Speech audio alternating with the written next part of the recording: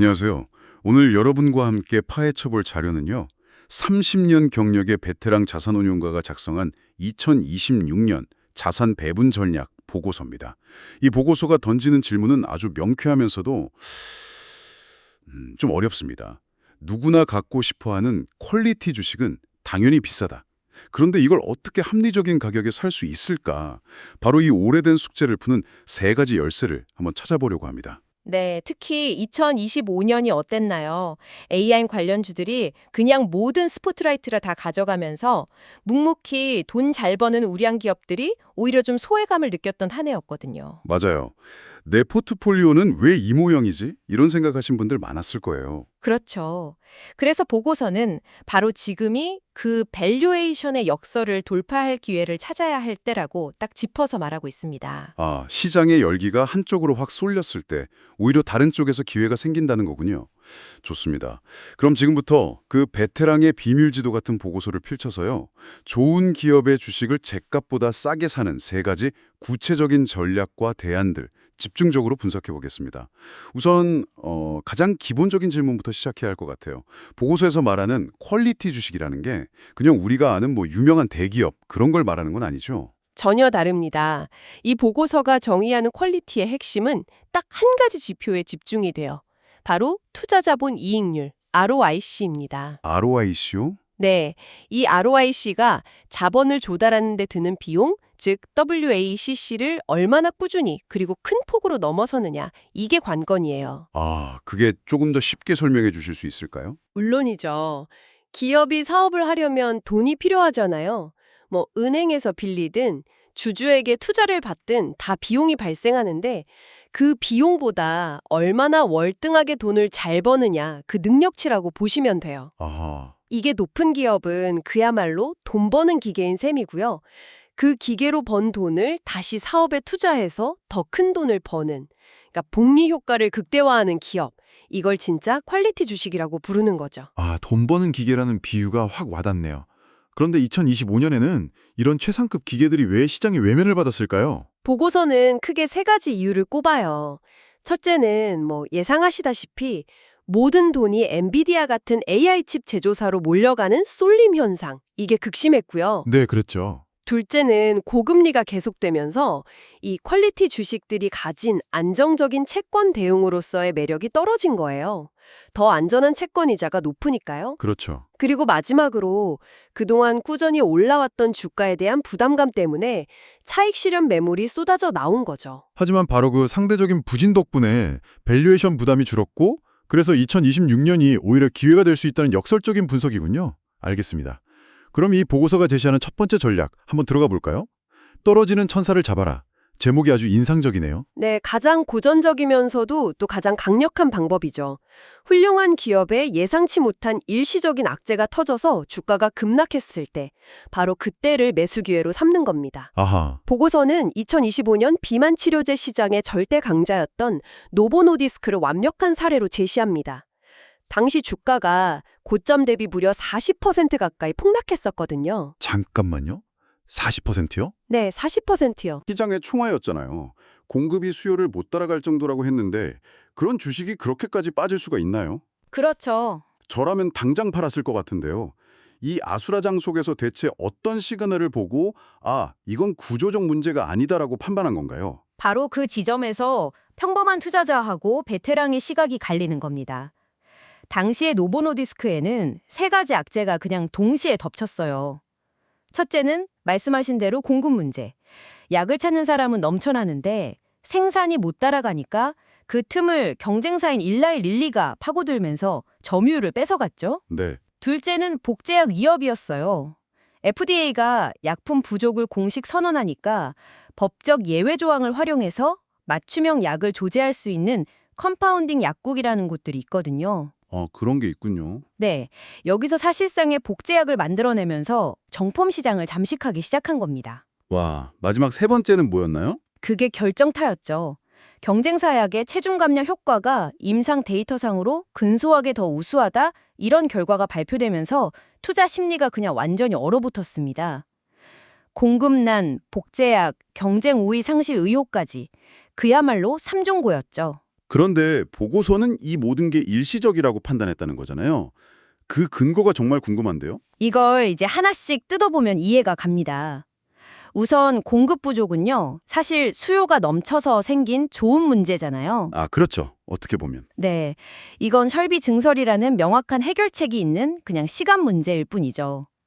둘째, 컴파운딩 약국의 복제약은 공급 부족이 해결되면 법적 근거 자체가 사라지는 시한부 리스크였던 거고요. 아하. 시장은 이 단기 리스크를 영구적인 악재로 과대평가한 거고요.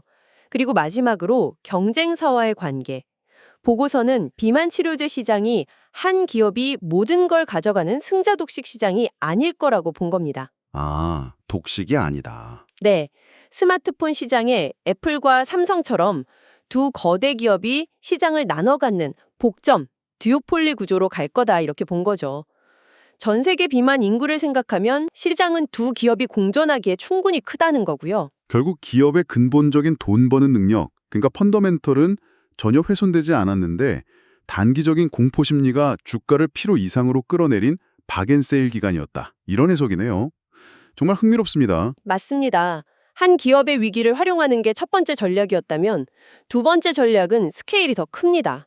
바로 시장 전체가 공포에 빠졌을 때를 노리는 거죠. 개별 기업이 아니라 시장 전체의 세일 기간을 이용하라는 거군요. 그렇죠. 보고서가 예시로 든 2025년 4월의 해방의 날 폭락 사태를 보죠. 당시 미 행정부의 갑작스러운 관세부가 발표로 촉발된 이 사태로 시장이 단 32거래일 만에 14% 이상 급락했습니다. 와, 이럴 땐 뭐 좋은 주식, 나쁜 주식 가릴 거 없이 그냥 다 투매의 대상이 되죠. 역설적으로는 가장 현금화하기 좋은 우량주들이 더 많이 팔리기도 하고요. 그런데 그건 좀 결과론적인 이야기일 수도 있지 않을까요? 당시 투자자 입장에서는 그 정치적 위기가 정말 시스템 붕괴로 이어질지 아니면 단기 충격에 그칠지 알 수 없었을 텐데요. 그냥 용기를 내라는 조언은 지나치게 단순한 것 아닌가요? 아주 날카로운 지적이세요. 그래서 보고서는 위기의 성격을 구분하는 게 중요하다고 강조합니다. 2008년 금융위기처럼 시스템 자체가 붕괴하는 위기하고 이번 사례처럼 정치적 결정에서 비롯된 위기는 다르다는 거죠. 아, 위기의 종류가 다르다. 네. 금융 시스템은 한번 무너지면 복구에 오랜 시간이 걸리지만 정치적 결정은 협상이나 정책 변경으로 순식간에 뒤집힐 수 있습니다. 당시에도 행정부가 협상 의지를 내비치자마자 시장은 그냥 V자로 반등했죠. 아, 위기의 근원을 파악하고 그것이 기업의 펀더멘털과 무관한 외부 충격일 가능성이 높을 때 더 과감해질 필요가 있다. 이런 말씀이시군요. 정확합니다. 재무 구조가 탄탄한 퀄리티 기업들은 그런 외부 충격이 지나가면 가장 먼저 제자리를 찾아가기 마련이니까요. 한 기업의 위기를 이용하는 법, 시장 전체의 공포를 이용하는 법을 살펴봤습니다. 둘 다 이미 좋은 기업이라는 걸 알고 있다는 전제가 깔려 있네요. 하지만 이 보고서의 세 번째 전략은 한 발 더 나가서 아직 시장이 퀄리티라고 인정하기 전 그 잠재력을 선점하는 방법을 다룹니다. 이건 정말 다른 차원의 이야기 같은데요. 네, 바로 상승하는 ROIC를 찾는 전략입니다. 시장은 이미 ROIC가 높은 기업에는 높은 가격, 즉 프리미엄을 매겨놓고 있어요.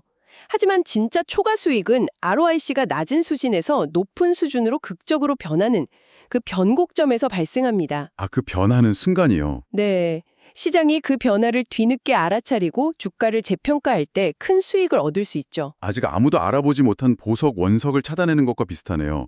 보고서가 제시하는 구체적인 접근법이 궁금합니다. 두 가지 아주 흥미로운 사례를 제시합니다. 첫 번째는 캐니벌 스탁스를 찾는 거예요. 자기 잠식 기업이요?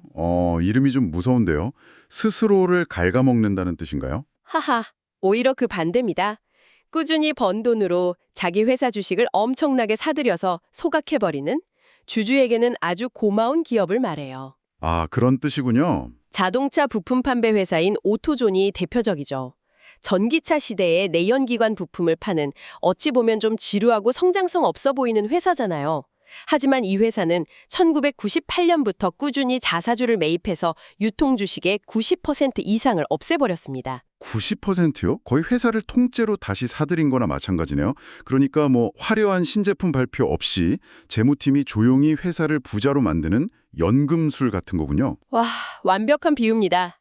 매출 성장은 평범해도 주식수가 계속 줄어드니까 주당 순이익 EPS하고 ROIC는 극적으로 상승하죠. 시장은 성장에만 주목하느라 이렇게 자본 배분을 통해서 주주 가치를 높이는 조용한 강자들을 놓치기 쉽다는 겁니다. 하지만 자사주 매입에만 너무 집중하는 회사는 성장을 위한 투자를 소홀히 한다는 비판도 있지 않나요? 그 위험은 어떻게 판단해야 하죠? 좋은 질문이에요.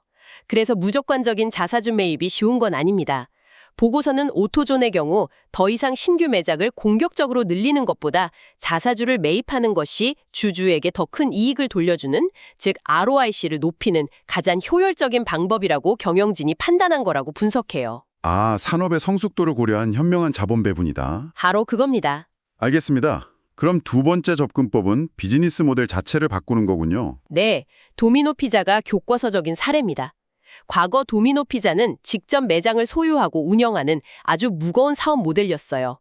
자본도 많이 들고 관리도 힘들었죠. 네. 하지만 이걸 가맹점 중심으로 바꾸면서 본사는 적은 자본으로 로열티 수입만 챙기는 자산 경량화, 에셀 라이트 모델로 전환했습니다. 아, 그러니까 직접 피자를 파는 대신에 피자 파는 법을 팔기 시작한 거네요. 그렇죠.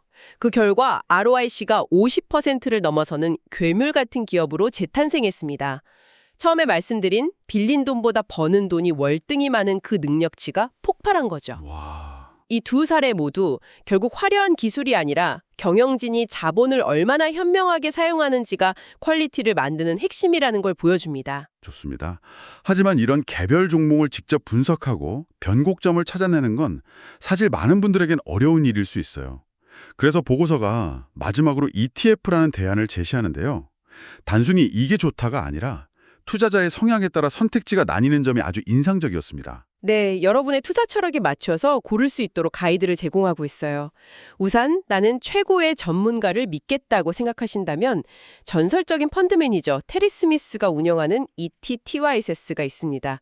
전 세계 20에서 30개의 최고 기업에 집중 투자하는 진짜 배기 액티브 펀드죠. 오. 다만 1.0%라는 높은 수수료하고 최근의 성과 부진은 반드시 고려해야 할 부분입니다. 반대로 비용이 가장 중요하다는 분들을 위한 선택지도 있겠죠. 물론입니다.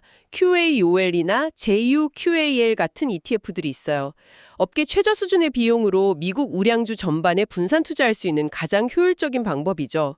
QAOL은 특정 섹터 쏠림을 방지하는 장치가 있고 JUQAL은 비용을 정말 극한까지 낮췄다는 장점이 있습니다. 그럼 오늘 저희의 핵심 주제였죠. 좋은 주식은 항상 비싸다는 이 고평가 문제가 가장 걱정되는 투자자라면 어떤 ETF를 봐야 할까요? 그런 분이라면 모웨이트라는 ETF를 주목해 볼 만합니다. 이름처럼 경제적 해자가 있는 기업들을 모아놓은 ETF인데요. 독특한 점은 모닝스타의 애널리스트들이 그 기업의 적정 가치를 계산하고 주가가 그보다 쌀 때만 매수하는 전략을 기계적으로 실행한다는 겁니다. 아, 기계적으로요? 네. 보스는 0.46%로 패시브 ETF보다는 비싸지만 퀄리티와 가치 투자를 결합해서 고평가 문제를 해결한다는 이 보고서의 주제의식에 가장 잘 맞는 ETF라고 할 수 있겠네요. 그러니까 무어트는 좋은 기업을 싸게 살 때까지 기다리는 그 인내심이 있는 전략을 대신 실행해주는 셈이군요. 각 ETF의 철학이 명확해서 선택에 도움이 될 것 같습니다. 자, 오늘 이야기를 정리해보면 2026년은 다시 꿈을 파는 성장주보다는 실체, 즉 꾸준한 현금 흐름을 만들어내는 퀄리티 주식이 주목받을 수 있는 해라는 분석이네요. 2025년에 AI 열풍을 보면서 느꼈을지 모를 그 상대적 박탈감을 이겨내고 자신의 투자 원칙을 지키는 것이 그 어느 때보다 중요해 보입니다. 맞습니다. 보고서의 마지막 조언이 특히 기억에 남아요. 폭락장은 예고 없이 찾아온다. 그러니 지수가 10% 하락했을 때, 20% 하락했을 때 각각 어떤 종목을 얼마큼 살지 구체적인 패닉 매수 시나리오를 미리 종이에 적어두라는 겁니다. 와, 미리 적어두라. 네. 시장이 흔들릴 때 당신을 붙잡아주는 것은 순간의 감정이 아니라 가장 이성적일 때 미리 준비해둔 당신만의 시스템이라는 뜻이죠. 오늘 이 방송을 들으시는 여러분만의 투자 시스템은 무엇인지 한번 생각해 보시면 어떨까요? 오늘 분석은 여러분께서 제공해 주신 자료에 기반한 정보 제공을 목적으로 하며 특정 증권의 매수 또는 매도를 권유하지 않습니다. 언급된 모든 기업과 ETF는 분석을 위한 예시일 뿐이라는 점을 말씀드립니다. 투자의 최종 책임은 투자자 본인에게 있으며 모든 투자는 원금 손실의 위험을 수반하니 투자 결정 전 반드시 전문가와 상담하시기 바랍니다.